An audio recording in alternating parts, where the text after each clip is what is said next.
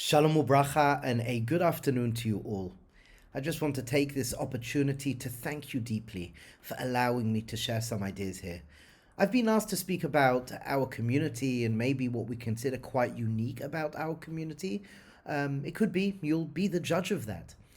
I'd like to start off by sharing that I'm really thankful that I can be here, and I'm humbled that people have turned up. And even though it's an online event, it's always exciting to see faces. I always prefer in person, but Chazde Hashem, we live in a generation where we have the technology to do this. Maybe I can ask of you if you can be focused. Be focused. What sometimes happens when we're not in person is we can get distracted. So put your phones, put your devices to the side, take a drink, sit, and hopefully we'll have an hour or so of hopefully intellectual stimulation. We can have some thought-provoking conversation here, and by the end I hope that we can walk out with something.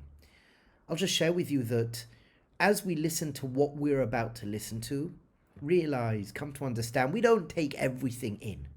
So take what works. If there's a point, one point that stands out for you, enjoy it, be with it, ride the waves of it.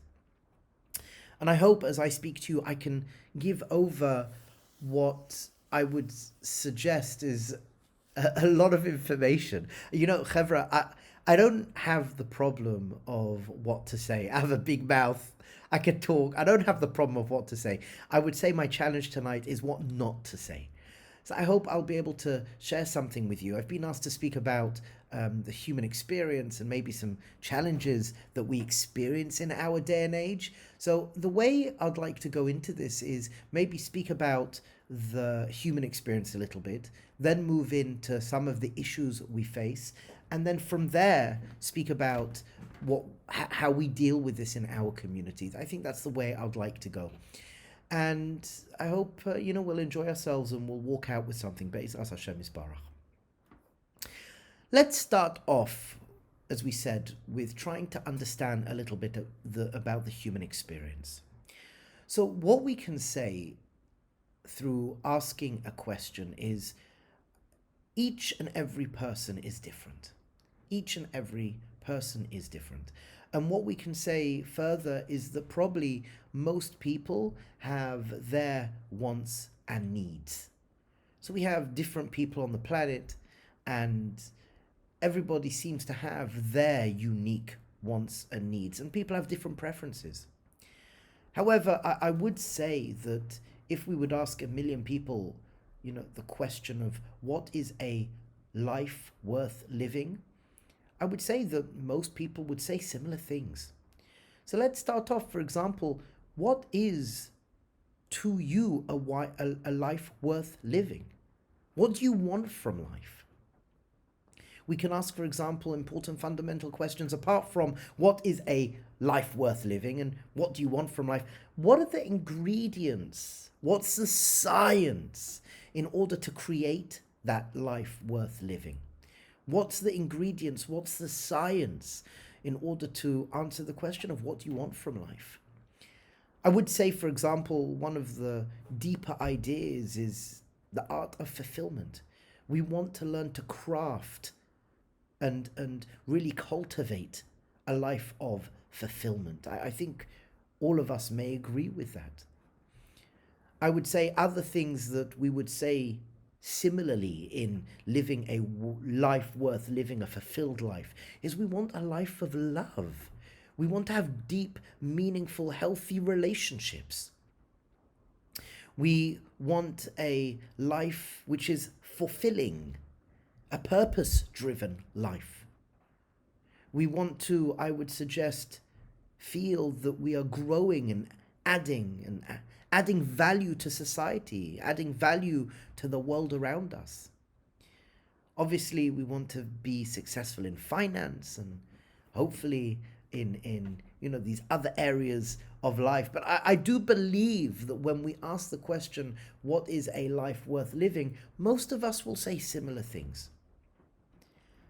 What I would say, though, is that this idea of fulfilling is really important, because a person could live a successful life and it may not be fulfilling. So a successful life without living a fulfilled life is not, not really successful. It's failure. And what I would start off by sharing is that really we want to understand the elements, the ingredients, the science of what needs to be in place to choose to live a good life, which comes from living with good states, our emotional states. We want to live a life where we are engaged. We want to live a life where we are happy. We feel joyful. We want to live a life where we're healthy. I think we would all agree with that. We need to learn to trade out our expectations to appreciations. The little things sometimes can make us the happiest, but do we remember that? There's a story that we share, and that story is that, once upon a time, there is a man who he decides to clean out his barn. And as he's cleaning out his barn, which was, it was messy, he spends a couple of days working on cleaning out this barn. He walks out and he realizes, as he goes to look at the time, that he's lost his great-grandfather's wristwatch. And what happens? He's a little bit perplexed. He's like, where's the wristwatch? And then he looks at this clean barn and he goes, oh my gosh, I've lost the wristwatch in the barn. And he goes inside and he starts looking for his wristwatch and makes a big mess. Couldn't find the wristwatch. Very, very sad, very unhappy, it's sentimental. The next day, he sees some kids walking along and he says, listen, I'll give you chocolate. I'll give you some chocolate. I'll pay you something. Can you please help me find this wristwatch? So they go in and they're looking and looking. By this time, that which was nice and clean is now a big mess again. They couldn't find it. Anyway, it's becoming the evening and they come out. Sorry, sir, we couldn't find your wristwatch. So they walk away. The guy was nice enough to give them the chocolate anyway. So, okay. One kid comes back and says, can give me another few minutes? And the man says, listen, it's dark already. I gave you the chocolate. We tried. I've lost it. Give me a couple of minutes, please, this young man says. And he goes into the barn, and lo and behold, about 10 minutes later, he comes out holding the wristwatch. And the owner is like, whoa, what happened? How did you find it? So the young man says, well, I went to the middle of the barn and I dropped to my knees. I dropped to my knees and I just listened. And as I scanned with my ears the room, I heard a faint tick-tock, tick-tock, and I followed the sound and it became louder. And I put my hand into the hay, rummaged around a little bit, and I found it. I would say that a lot of our life is caught up in noise. There's a lot of what we call in our community psychobabble. And unfortunately, we lack clarity. When we can quieten our mind, when we can live from a place of clarity, what tends to happen is that the natural consequence seems to be naturally and quite easily to find that which is important, to live that which is important, to live from a place of clear thinking, a place of consciousness. There's a teaching from the mystical writings that the first letter of Bereshit, of Genesis, is a bet, the letter bet, Aleph bet. And the first letter, the mystics explain, is within the bet is a dot. So you have the bet and a dot. And the Zohar teaches that this is what we call the human being and the human doing. Now, most people today are human doings. We're busy doing. And what happens is that the doing that we are experiencing, is a reality where we forget the human being. That's noise and more noise and more noise and more noise. And sometimes we mistake the use of our time, we mistake movement for achievement. Movement is not necessarily achievement. We could be busy doing and doing and doing. But what about the human being? What about the human being? What I would suggest is that we want, as a human species, we want to be doing our human doingness from a place of human beingness.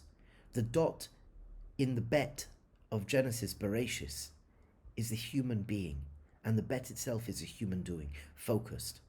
And what we want is to articulate a way of life where we can be drawing from a place of silence. We can have a clear mind. And when we are within the state of human being, then the human doing is far more productive. When I'm not mistaking movement for achievement, when it really is achievement, I feel fulfilled.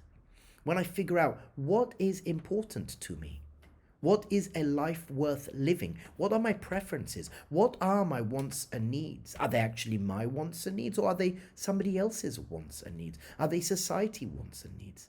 What's my definition of success? I can think about the ingredients, I can think about the science, the art of fulfillment.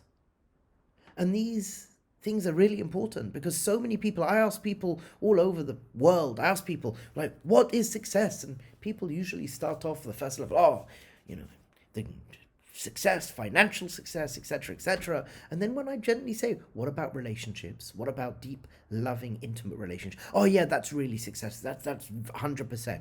And what about fulfillment? Oh yeah, 100%.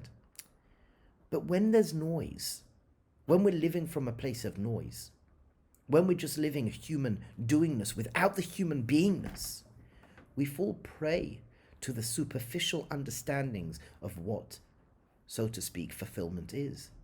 And sometimes it's not necessarily what we want it to be. And we end up miserable and, full of stress.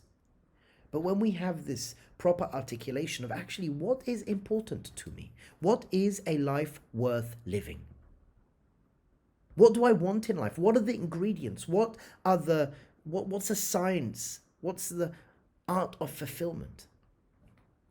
And as we said, when we really excavate and go into it, we ask people, it's very similar.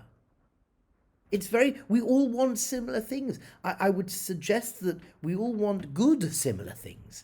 If we lived a life where people concentrated on living with deep, intimate relationships, when we have, for example, our health and finance, which we're going to go into soon, then we live better, we feel better. And again, success without fulfillment is not success. Success without fulfillment, I would say, is failure. And when we understand that we are ever so similar and we can choose the states that we live in, and we ultimately, I believe, we want to live a life of love, of fulfillment, of purpose. We want to live a life where we are feeling engaged. We want that. And when we could learn the ingredients to achieve that, then now that's powerful stuff. That's powerful stuff. When we could learn to trade all of our expectations, which is noise, for appreciation of really, look how much I have in front of me. Very powerful.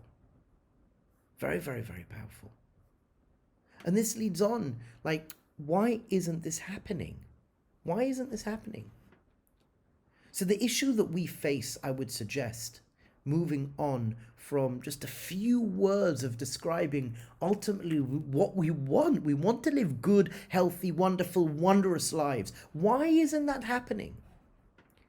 So I would suggest that the world that we live in today does not guide us into the deeper levels, the deeper realms of success, the deeper dimensions of fulfillment and success. We're not speaking that language. A person goes to school. And when a person goes to school, they are led to believe, school is dealing with what it means to live a successful life. Think about this. I'm just sharing my observations lovingly and respectfully. You think about this. But we go to school and we're led to believe, okay, school is about achieving success. This environment is going to birth and breed success.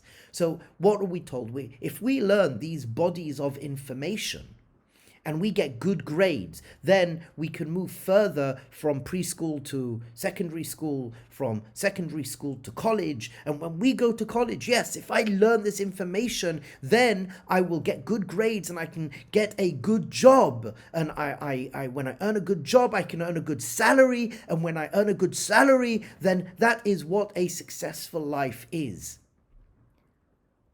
However, what about all the other elements and all the other areas of life that really add up to a successful life, a deep, meaningful, fulfilling life? What we've just mentioned now. Really, school and our whole schooling experience is a slither of the cake, a slice of the cake of what we would call living a successful life.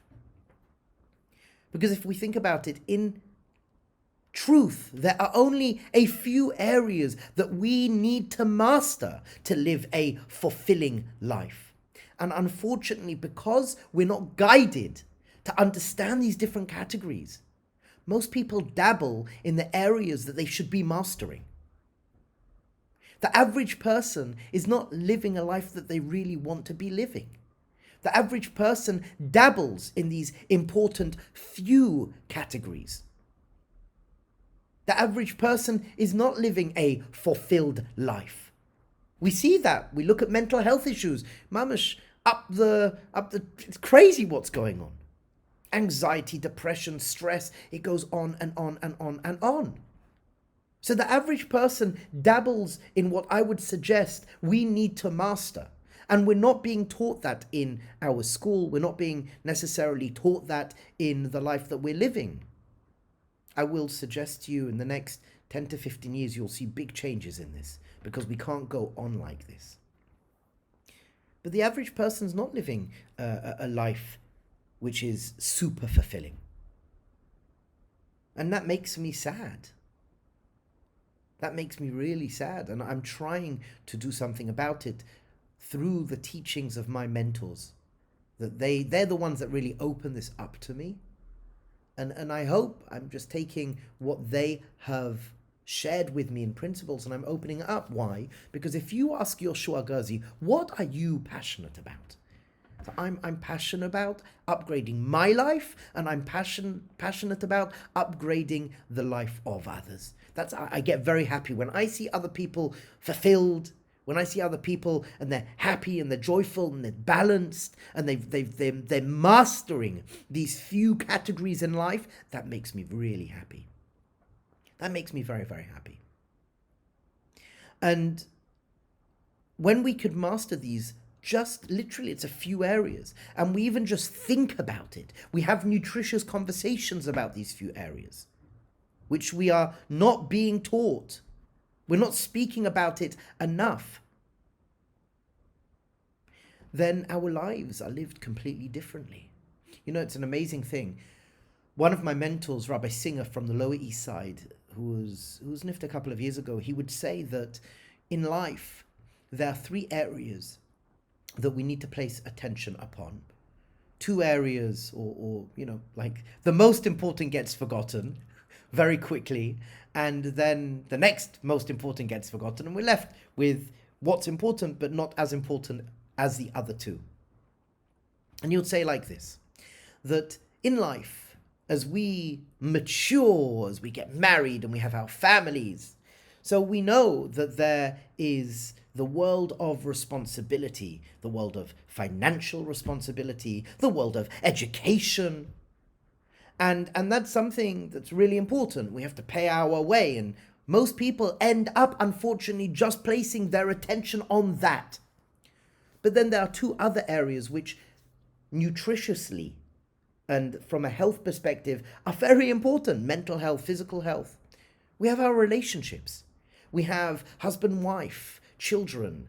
We have the outer family and community. Now that's really, really important. We have to place attention on that. And then we have another element of life, which again sometimes gets forgotten, it's not spoken about, and that is fun. That's living life with joy, having fun. living a joyful life, doing things that make you happy. Now, what happens is that as kids, we have a life of fun. As kids, it's all fun, it's exciting, we're playing. We should, as adults, play. Play theory, it's so important. But then as we mature a bit, we're told, yes, we have to listen to the parents, and we've got authority in relationships. When we get married, husband and wife, this is so important, this is it. But as we mature as well, the nuts and bolts of life for so many people, the focus is work. I can't speak to you now because I'm working. Or I can't do this because I'm working. Or we can't do this because we don't have the budget for it. Whatever it may be, it becomes centered about work. And for so many people, again, this is what I've observed in meeting thousands of people. Think about it for yourself. But the nakuda for so many people is that the emphasis becomes work. Then, unfortunately, relationships decay and erode a little bit because you're constantly running around work. And fun? Play? Forget about that. That's out the window. And we want to have a healthy balance of play, of enjoying life. What makes you happy? What is fun? Are you playful in life? That's really important. How are your relationships? That's really important. And what about your responsibilities? Yes, you have to put emphasis on that as well. These three elements are so important, my friends. And as I'm sharing with you, I want you to ask yourself, do I have that balance in my life? Do I need to put more emphasis on play, fun, joyfulness, dancing? What about my relationship with my family? Has that lessened over the years? And what about my responsibilities? Are they done in a healthy way? So we are in a situation in our generation where we don't experience what I would call a healthy balance. We've lost our way a bit, and we want to reclaim that. So it's incumbent upon us to realize, what do I want? What is really a fulfilling life for me? Even just to think about it. It doesn't help being the richest person in the graveyard. It doesn't help having everything but being mamish frustrated and angry, does it now? So again, there's a few categories that really we need to master, that most people dabble in. The average person's not living a fulfilled, excited, happy life. And we can. And we can, my friends. It's not necessarily so difficult. It does take effort, and it takes education. And as we said, we have to be careful not to mistake mastering mistake movement for achievement. People could be busy, human doing, and they're not being human being. Or as we said just a moment ago, it doesn't help being the richest person in the graveyard because we've neglected our health. What about relationships? For so many people, the nutritious information that needs to be known in order to master relationships, something which is really important, is our emotional health. So many people can have so much good, yet it really doesn't matter if we're frustrated and annoyed and angry. Mastering our mind, understanding how our mind works, our relationship with money. And what about spirituality? Living a spiritual life, growing and giving, feeling engaged, feeling alive, adding value. So important. So far we've spoken about how pretty much we want certain things in life. The issue that we face is that we're not necessarily educated in what those things are. For some people, they never even know about it. And I hear ever so often when we speak about what we're going to speak about in our next stage now, I wish I knew this 30 years ago. I wish I knew this. Do you know how many times people have said to me, when we speak about these three categories of playfulness, relationships, and responsibilities, wow, that's a real thing? I can do something funny to make my family laugh, and it's good? Yeah, of course. 100%. We need to be guided. We need to have these conversations. What is the art of fulfillment? How can I feel more fulfilled? I'm not going to say that we have the full embodied answer, but I'm going to suggest some of the nutritious teachings in the last segment of time that we have together for you to think about. So I would suggest to help us and become more directed. So we have in our community some ancient wisdom teachings that I find very helpful. And I found these wisdom teachings to be helpful for others as well. And there's, again, I believe there's only a few areas in life that we need to master to live a fulfilled life. We have to have the ingredients, we have to have the metrics, we have to have the friendship, the community, we have to have the reward. And when those elements of personal growth and change are put in place, like it's quite quick. The transformation is quite quick. So let's start, for example, with what we call this, the first part is B'derech Hashem. B'derech Hashem is our socio-historical environment. What are those big words coming to share? That it's important for us to understand where we are historically. What's going on historically? From a Jewish perspective, the Torah gives us a wonderful map of understanding our history. We have a timeline, and that timeline is 6,000 years. And then we have many events that occur within that timeline. And as some of the ancient wisdom masters teach us, that the things that go on within time, history repeats itself. So I would say it's important to know as an individual, where am I as an individual in my family? Where am I as an individual in my community? And where's my community amongst the nation of Israel? And where's the nation of Israel amongst the other nations of the world? And to understand how everything fits in from the perspective of history, how things fit in what's going on in the world today. I'll give you one example. We're told that our history evolves over 6,000 years. And the mystics express to us and share with us that each of the 1,000 years represent a certain emanation, a certain what we call a sphera. A sphera is, so to speak, a framework of thinking. We have 6, 7, including going into the 7,000th year. So we have 6,000 years within our calendar, and then each of those 1,000 years represents a certain energy. And that energy is what we call a sphera. It's a big conversation within itself. However, the mystics come to understand that each 1,000 year has a certain flavor. So we are in the 6,000 year, which is called Yesod. So I'm not going into it now, but when you understand the characteristics of the emanation of Yesod, which has various translations, right now just listen to the words.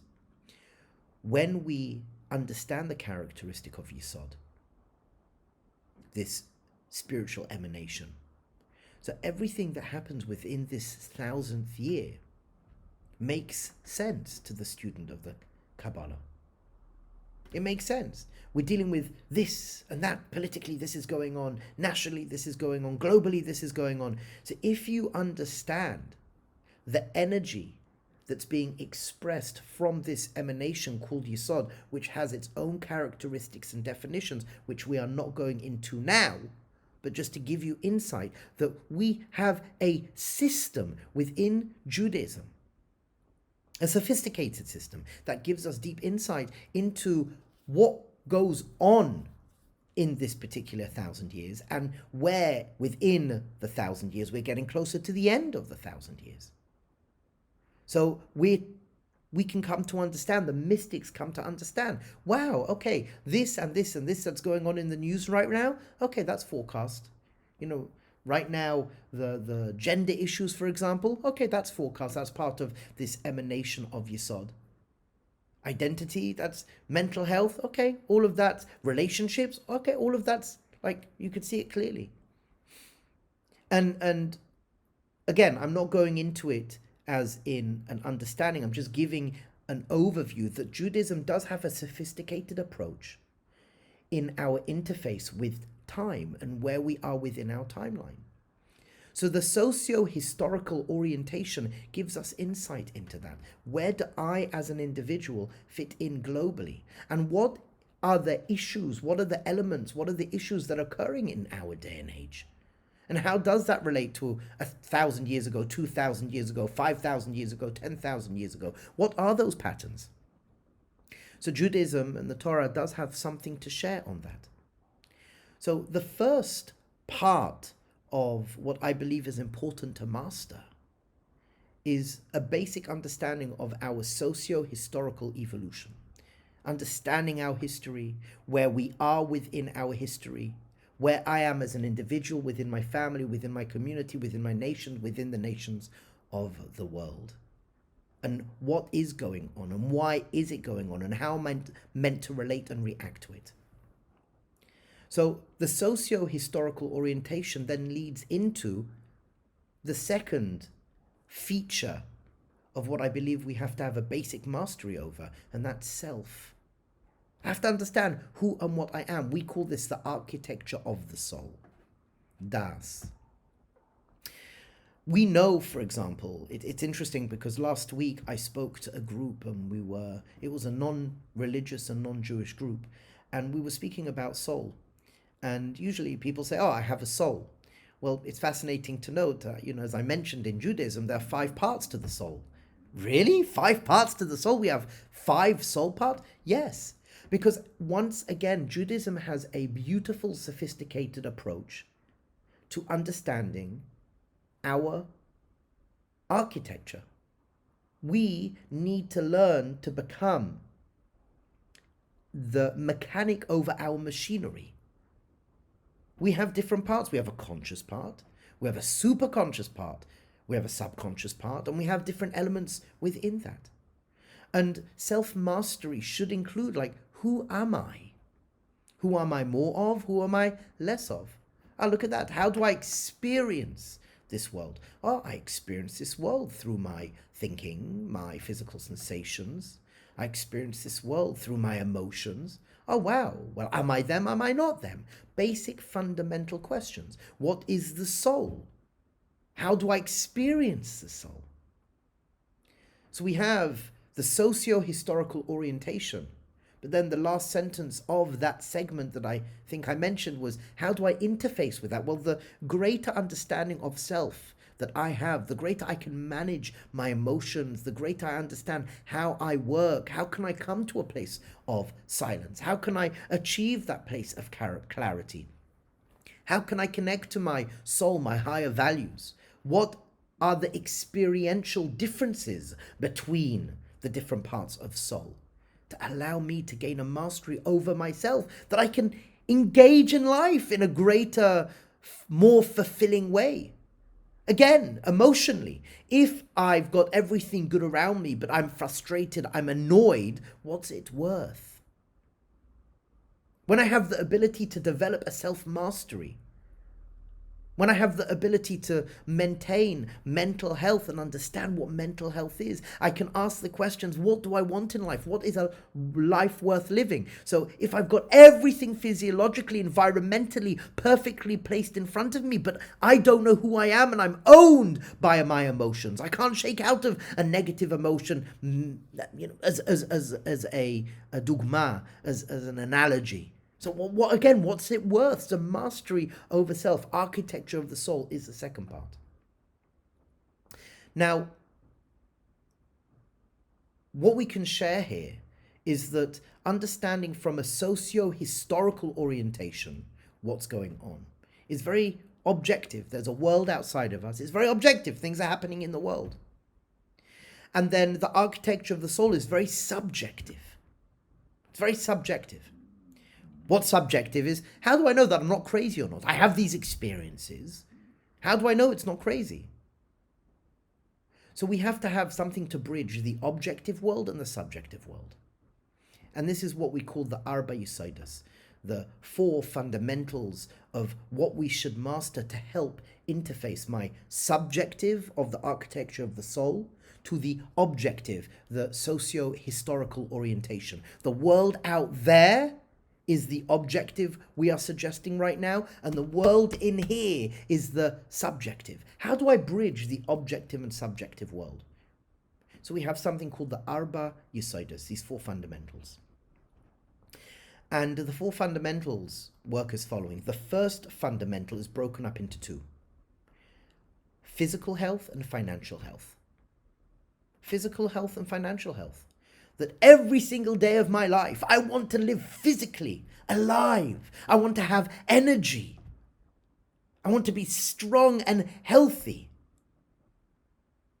And physical health is so important. Physical health is just imagine a person who's 90 years old and they've always looked after their health. Person who's 40 years old, 30 years old, and they look after their health. They've got energy. They get up like they get up on fire. They feel good. Strong immune system. When I'm working with people, one of the first things I tell them to achieve change, physical health. Physical health, because it affects every other area of our life. When I have that energy, when I'm putting that good nutrition into my body, and I feel alive, when my immune system is strong, when I stand tall, no backaches, strong legs, strong muscles, when I'm putting healthy things, I'm sleeping properly, I'm hydrated, when I'm moving properly, wow, physical health is so important. As we're told in several places, I think it's something which is known that the body is the home, is the temple for the soul. That all of us want to express deeply who and what we are. Physiologically, the healthier our body is, sleeping properly, eating properly, hydrating properly, wow, then I can allow myself to express that inner self. Because, my friends, consciousness and soul dwell, we've been gifted this body. Look after it and it looks after you. First is physical health. The second part of the first foundation, they work together, it's called foundation, it's called a Yesod, Malchus in a Kabbalistic language. The second part is what we call financial health. Having a proper mindset of money. Having a proper mindset in money. Do you know that in Judaism, there is so many good Torah sources that speak about wealth as good. We even have tremendous advice in how to build wealth in Judaism. You give a good person money, they're going to do good things in the world with it. So to have a good mindset of money. And then with that, our career. Our career is so important. And the job that we are doing. And these 3 things are so important. Money health, financial mindset of health. To live a life of prosperity. That's what Hashem wants for us and from us. To live a life of abundance. Abundancy is godly. Scarcity is not godly. Unfortunately, there's this saying which comes from the Christians, that money is the root of all evil. Chas v'sholom, God forbid. The Torah doesn't view it like that at all. So we've got financial health and physical health that we should develop a mastery. It's not so difficult to. Just have to put your head in it. Open up your mind. There's books out there. Classes, teachers. The second yesod is that of relationship. What are the fundamentals of developing deep, healthy, nutritious, intimate relationships? So, for example, in the part of relationship, the second yesod, we speak about the 4 fundamentals of relationship, that everyone wants to be seen and heard. We all want to feel safe, we all want to feel satisfied, and we want to be respected. And each of those elements practiced day in, day out, wow, changes us it changes everything around us. We move to the mind, understanding how the mind works. You know, my friends, each and every one of us, each and every one of you, you're so powerful. You're so powerful. Your mind is endless. Your mind is endless. You and I, we're all so powerful. We can achieve greatness. We need to be guided in how to do that, though. You know, I always found it very fascinating in school. I was asked to remember things, to learn and remember. But no one ever told me how actually memory works. And I wish I knew what I knew now about the memory. It would have given my schooling experience a much better experience. Oh, there's different ways of learning? Wow. There's different ways of amassing information and then using that information. And then learning information that's helpful for me, for us, to improve my life. The mind, what the mind is, how the mind works. So in the Arba Yesodot, again, physical and financial health, relationships, how our mind works. And then we have the last yesod, which is the highest foundation, mentorship and spirituality. That it's a funny reality that we live in a world where, you know, there are people out there, and the most successful people in the world have mentors. Why is it that each and every one of us does not have a mentor? And we may have to have several mentors in relationships, mentors in mental health, mentors in physical and financial health. Mentorship is so important, to have somebody who believes in you, who can stretch you, who can challenge you, accountability. So important, mentorship. And spirituality is growing. I'm growing, I'm giving, I'm living for something bigger than myself. Spirituality, again, we're not going into it now, but echad, everything leading to unity. Asking myself, is what I'm about to do going to create greater unity in the world, or fracture? So when we have the Arba Yesodot, the Arba Yesodot gives us the ability to bridge the inside world and the outside world. Because when, for example, I'm living a life and I can measure my physical and financial health, there's metrics, there's people around me that I'm involved in relationships. They feel good and healthy and safe. I'm doing something well. When I'm studying and I'm improving my mind, learning new skills, when I have mentorship and I have what I feel spiritual, I feel good, that bridges the internal subjective world and the external objective world. I could bridge that. And then we have one more element, which really is sprinkled throughout the socio-historical orientation. It's sprinkled within the architecture of the soul, and obviously it's sprinkled within the Arba Yesodot, and that is fluid integration. That's learning skills, having practices. It's having different techniques, journaling, meditation, that helps and enables us to take that which is in theory and then live it. And not just living it by yourself, my friends. It's living it with other people in your life. That we can care, share, support, and encourage one another. That we could move our mindset, shift our mindset, forever becoming better and healthier. I just want to end off as we come to the end of this sharing session, this talk, that in life sometimes we think it's the biggest choices and decisions we make that change our life. I just don't believe that's 100% true. What I do believe, it's the daily habits, It's the daily rituals and daily practices that add up to the life that we will be living. It's the small daily habits, rituals, and practices. And I believe that's where we need to start. Not the big, big things. Start with one little change. One movement. As one of my ancestors would say, a change anywhere is a change everywhere. And just to share with you that the you that's here now has something to offer this world that's never been given before. You are the gift. And the more that you live a life where you know what is, what do I want to achieve? Why do I want to achieve it? You know the ingredients and you're living it. And you are a person who's engaged in life. I'm working on understanding where I fit in my family, in my community, in my nation, how my nation fits in the global expression of the human species and where I fit in the timeline.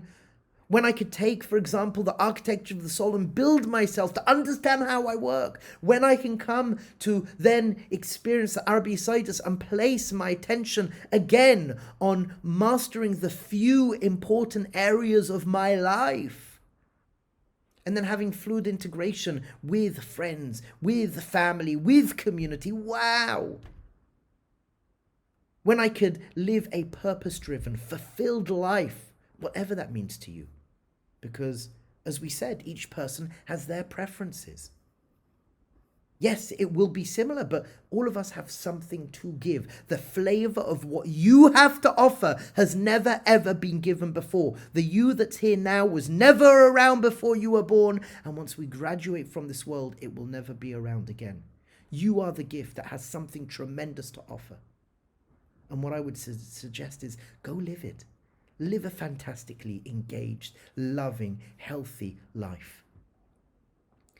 So I hope, my dear friends, that we've shared something that we could think about, that we can hopefully, I see a lot of you are writing notes. It's good. Take what works.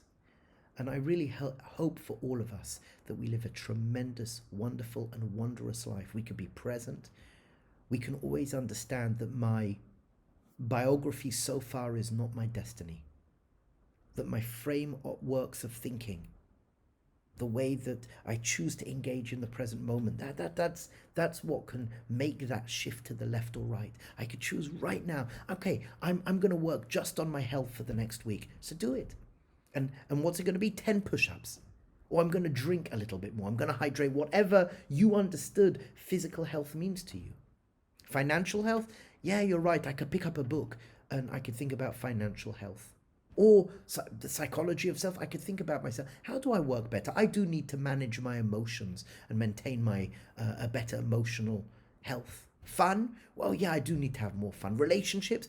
Take whatever you've heard today and make one little movement. 1 degree movement. 1 degree movement. Because 1,000, like you build a wall. So if the wall is out a little bit, you won't notice it now, but down the road you will notice it. Wow, it's out. So 1 degree, that's all it takes. Change will affect you tremendously as you live your life. And I give you all a bracha. You live a wonderful life, a loving, engaged life, having good, healthy relationships, feeling good within yourself, being a person who gives, adding value to this world. Bracha, mazel, and hatzlacha. Thank you so much for this beautiful opportunity to share with a wonderful audience. Kol tov and kol hayeshuas. Bracha v'hatzlacha.